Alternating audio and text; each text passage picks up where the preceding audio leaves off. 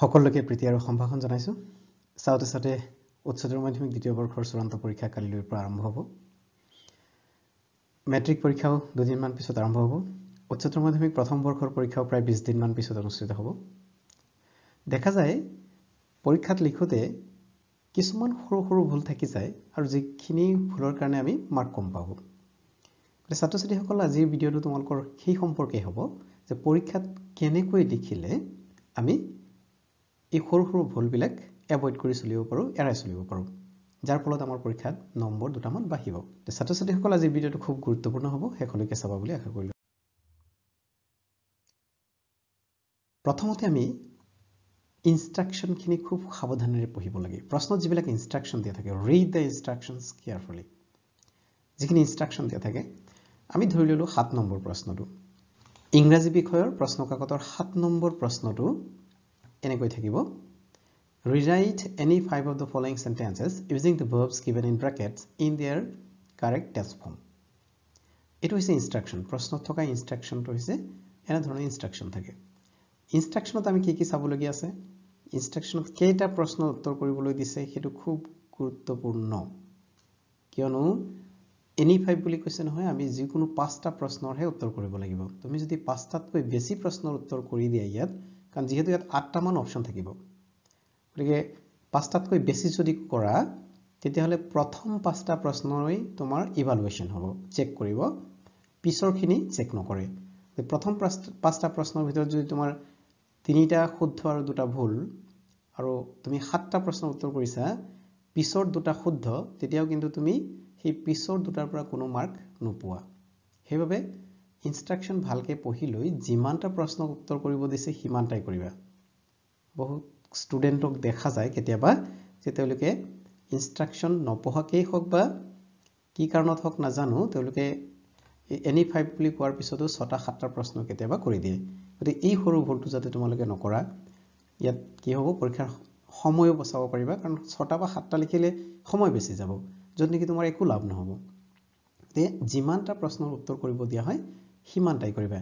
any 5 any 4 any 3 কি আছে ইনষ্ট্ৰাকচনত খুব মনোযোগেৰে পঢ়ি যেহেতু প্ৰশ্ন কাকত পৰীক্ষা আৰম্ভ হোৱাৰ 10 মিনিট আগতেই দিব গতিকে সেইখিনি সময় তুমি পঢ়িবলৈ সময় পাই যাবা দুই নম্বৰ টিপছটো হৈছে read the questions carefully এবাৰ প্ৰশ্নখিনি ভালকৈ পঢ়িবলৈ দিয়া হৈছিল ইয়াত কৈছে ইনষ্ট্ৰাকচনখিনি ভালকৈ পঢ়িব লাগে আৰু দুই নম্বৰ টিপছত হৈছে কোৱেশ্চনখিনি ভালকৈ পঢ়িবা প্ৰশ্নখিনি ভালকৈ পঢ়িবা ধৰি লোৱা এটো এটা প্ৰশ্ন এই প্ৰশ্নত you go to attend the party tonight correct answer এটা প্ৰশ্ন ইয়াত দেখুৱা হৈছে স্যাম্পলৰ পৰা ইয়াত দেখাৰ লগে লগে যে আমি you go to attend the party tonight so present continuous বুলি আমি ধৰিলো সাপোজ ধৰিব পাৰিলো যে present continuous কাৰণ tonight মানে আমি ফিউচাৰো ইউজ কৰিব পাৰো বা present continuous আৰু আমি ফিউচাৰ অৰ্থ প্ৰকাশ কৰিব পাৰো মানে present continuous যেতিয়া লিখিম তেতিয়া লগে লগে এই যে প্ৰশ্নবোধক চিনটো আছে এটো চাব লাগিব যে বাক্যটো প্ৰশ্নবোধক চিন আছে প্ৰশ্নখিনি খুব কেয়াৰফুলি পঢ়িলে এই যে হেকত প্ৰশ্নবোধক চিন আছে হেতু আমি ধৰিব পাৰিম আৰু প্ৰশ্নবোধক চিন থকাৰ লগে লগে আমি কি ইন্টাৰগেটিভ হ'ব সেন্টেন্সটো তেতিয়া উত্তৰটো ইন্টাৰগেটিভ সেন্টেন্সত কৰিব লাগিব এই কোৱেশ্চনখিনি ভালকৈ পঢ়িলে আমাৰ এই সৰু ভুলটো থাকি নাযায় নহলে বহুত ক্ষেত্ৰত দেখা যায় এনে কাৰেক্ট টেন্সত যদি কোৱেশ্চন মাৰ্ক বা ইন্টাৰগেটিভ সেন্টেন্স দিয়ে এই কোৱেশ্চন মাৰ্কটো নেদেখাকৈ ছাত্ৰ-ছাত্ৰী সকলে কি কৰে এফাৰ্মেটিভতে কৰি থৈ দিয়ে প্ৰশ্ন নহয়গে তেতিয়াতো মাৰ্ক পোৱা নাযাব 3 নম্বৰ টিপছটো হৈছে read the options carefully এবাৰ অপচনখিনি কেয়াৰফুলি পঢ়িবলৈ দিয়া হৈছে অপচন থাকে তোমালোকৰ ইংৰাজী প্ৰশ্ন কাকতত বহুত অপচন থাকে প্ৰায়বিলাক প্ৰশ্নতে অপচন থাকে অপচনখিনি ভালকৈ পঢ়িবলৈ দিয়া হৈছে 10 নম্বৰ প্ৰশ্নটো চোৱা ইংৰাজী বিষয়ৰ প্ৰশ্ন কাকতৰ 10 নম্বৰ প্ৰশ্নটোত ওপৰত কি লিখা আছে anyone read any one of the following extract and answer the questions that follow কবিতাৰ প্যাৰাগ্ৰাফ উঠাই দিয়া দুটা প্যাৰাগ্ৰাফ উঠাই দিয়া হয় a আৰু b দুটা প্যাৰাগ্ৰাফ উঠাই দিয়া হয় এই কোৱেশ্চনৰ পিছত কেইবাটাও কোৱেশ্চন থাকে ইয়াতো কোৱেশ্চন থাকে দেখা যায় বহু ক্ষেত্ৰত কি কৰা হয় এই প্যাৰাগ্ৰাফটোৰ পৰা দুটা প্ৰশ্ন ভাল লাগিলে বা সহজ পালে তাৰে দুটা কৰি দিলে আকৌ এই প্যাৰাগ্ৰাফৰ পৰা দুটা প্ৰশ্ন ভাল লাগিলে সহজ পালে তাৰে কৰি দিলে তেনেকৈ আমি উত্তৰ কৰিলে যিকোনো দুটা হয় এইটোৰ নহলে এইটোৰহে ইভালুৱেশ্যন হ'ব দুইটাৰে ইভালুৱেশ্যন নহয় তে ইয়াত অৰ আছে অপচন দিয়া আছে হয় এই পেছেজটোৰ বা এই পেৰাগ্ৰাফটোৰ সম্পূৰ্ণ উত্তৰ কৰিব লাগিব নহলে এই পেৰাগ্ৰাফটোৰ সম্পূৰ্ণ প্ৰশ্নৰ উত্তৰ কৰিব লাগিব দুইটাৰ ইয়াৰ দুটা বা ইয়াৰ এটা ইয়াৰ তিনিটা তেনেকৈ কৰিলে নহব বুজি পালানে এইটো খুব ইম্পৰ্টেন্ট কথা হয় বহুতক তেনেকৈ দেখা যায় ভুল কৰা গতি এই সৰু ভুলটো যাতে নহয় তাৰ কাৰণে এনিওয়ান তলত দুটা পেৰাগ্ৰাফ আছে তাৰে যিকোনো এটা লবা আৰু এই এটাত থকা প্ৰশ্নখিনি উত্তৰ কৰিবা ঠিক আছে অভিজ্ঞতাৰ পৰা কৈ আছো গতি এইখিনি কৰা হয় কাৰণে কৈ আছো দেই 5 number টিপছটো very important tips touch all the questions star mark দিয়া হৈছে এইখানে টিপটো কি touch all the questions আটাইকেইটা প্ৰশ্নৰ উত্তৰ কৰিবলৈ যত্ন কৰিবা আটাইকেইটা প্ৰশ্নৰ উত্তৰ কৰিবলৈ যত্ন কৰিবা ধৰি লোৱা তুমি প্ৰশ্নৰ উত্তৰ ইমান ভালকৈ নাজানা সাধাৰণতে তুমি তেনেকৈ প্ৰশ্নবিলাক এৰি দিয়া সাপোজ ইউনিট টেষ্ট বা টেষ্ট পৰীক্ষাবিলাকত তুমি তেনে প্ৰশ্ন এৰি দিয়া ফাইনেলত নেৰিবা কিয় নেৰিবা জানানে যিমানখিনি জানা সিমানটোৱে লিখি থৈ আহা যিমানটো জানা সিমানটোৱে লিখি থৈ আহা কাৰণ তুমি যদি ধৰি লোৱা 90 পাবা কিন্তু যিখিনি লিখিলা তাত তোমাৰ 89 হে হল এক নম্বৰ এটা হলে তুমি 90 পোৱা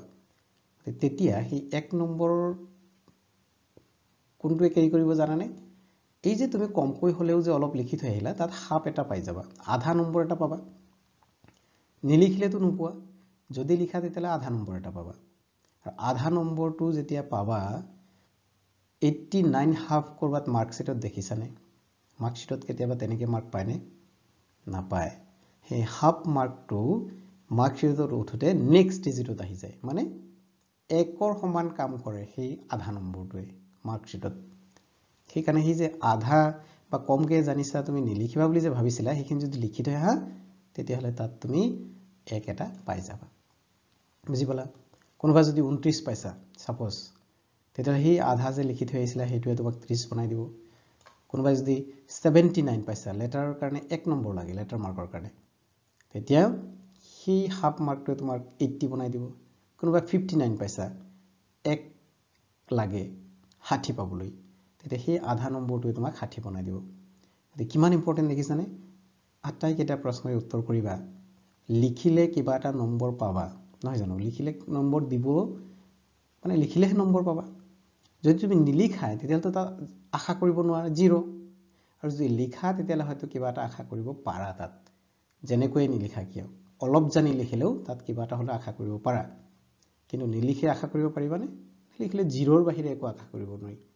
গতিকে পৰাপক্ষত আটাইকেইটা প্ৰশ্নৰ উত্তৰ কৰিবা right capital letters where necessary হয়তো এই পইণ্টটো তোমালোকে ভাবিব পাৰা এইটো এটা পইণ্ট হল নে এটো সবেই জানে মানে সবেই জানে বহুতে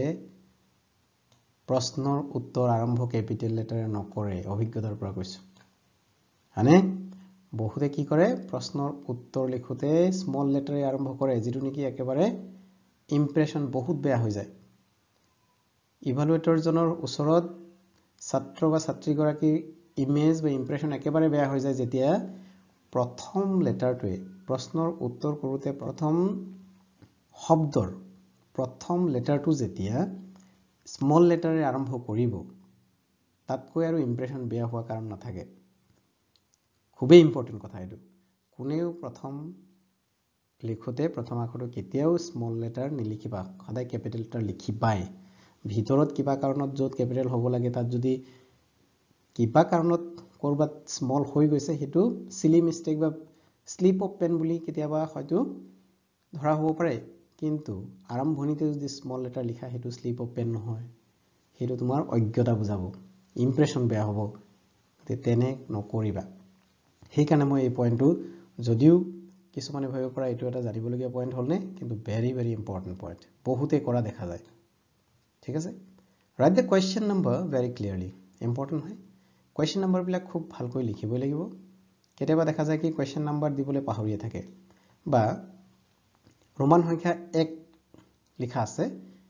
কিন্তু কোন নম্বৰ প্ৰশ্নৰ 12 নম্বৰ প্ৰশ্নৰ এই ৰোমান সংখ্যা 1 নে 13 নম্বৰ প্ৰশ্নৰ এই ৰোমান সংখ্যা 1 নে 8 নম্বৰ প্ৰশ্নৰ এই ৰোমান সংখ্যা 1 সেইটো ক্লিয়াৰলি লিখা নাথাকে আৰু তেনে ক্ষেত্ৰত কি হয় পৰীক্ষকে আকৌ পেপাৰ উলটিয়াই চাব লগা হয় আৰু সেইটো এটা ইমপ্ৰেছন বেয়া হোৱাৰ কাৰণ আৰু তেনে ক্ষেত্ৰত যদি মাৰ্ক নিদিয়েও তেতিয়াহলে তুমি একো কৰিব নোৱাৰা মানে তেনে ক্ষেত্ৰত মাৰ্ক নোপোৱাৰ সম্ভাৱনা বেছি থাকে পৰীক্ষাত তুমি যদি ৰোমান সংখ্যা এটা লিখি দিয়া ৰোমান সংখ্যাটো গুটেইকেইটা প্ৰশ্নৰে ৰোমান সংখ্যা থাকিব পাৰে একৰো নাম্বাৰ 1 ৰোমান সংখ্যা 1 হেতু থাকিব পাৰে কোন নম্বৰ প্ৰশ্নৰ ৰোমান সংখ্যা হওক বা এ বি সি এ হওক হেতু খুব ক্লিয়াৰলি লিখিবা তেতিয়া তোমাৰ ইমপ্ৰেছন ভাল হৈ থাকিব আৰু তুমি কি কৰিব পাৰিবা হেতু ইম্পৰ্টেন্ট টিপছ হয় মাৰ্ক পাবলৈ সুবিধা হ'ব writing should be neat and clean এটো জানাই একেবাৰে এলপি স্কুলত কি কৰিছিলে